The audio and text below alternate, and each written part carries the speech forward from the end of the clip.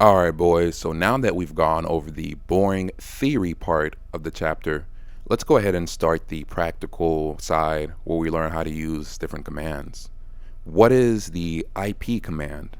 On Linux, the IP command can be used to view your IP information, to set your routing information, as well as to check your network state and see if the link is even up. Let's dive into how to use that tool. First things first, you're going to want to log in and elevate yourself to root. Generally, you can't mess with network configuration settings unless you're at least an administrator. So just make yourself root to make things easier. So what if we wanted to see the status of network connections on a host we just connected to? We could do IP-ec link show. And as you can see, it gives us the physical interfaces.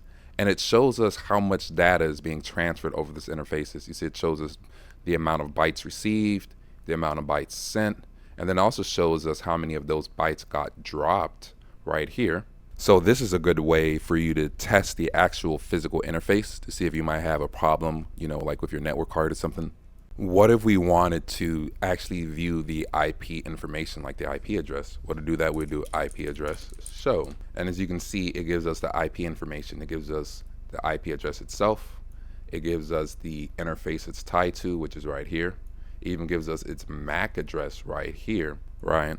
So if we wanted to, let's say, just view the MAC address of that interface, we could do IP address grep link. There we go.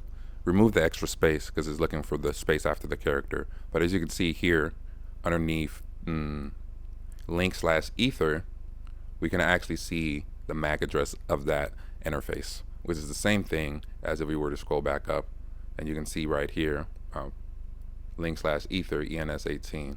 You see that MAC address again.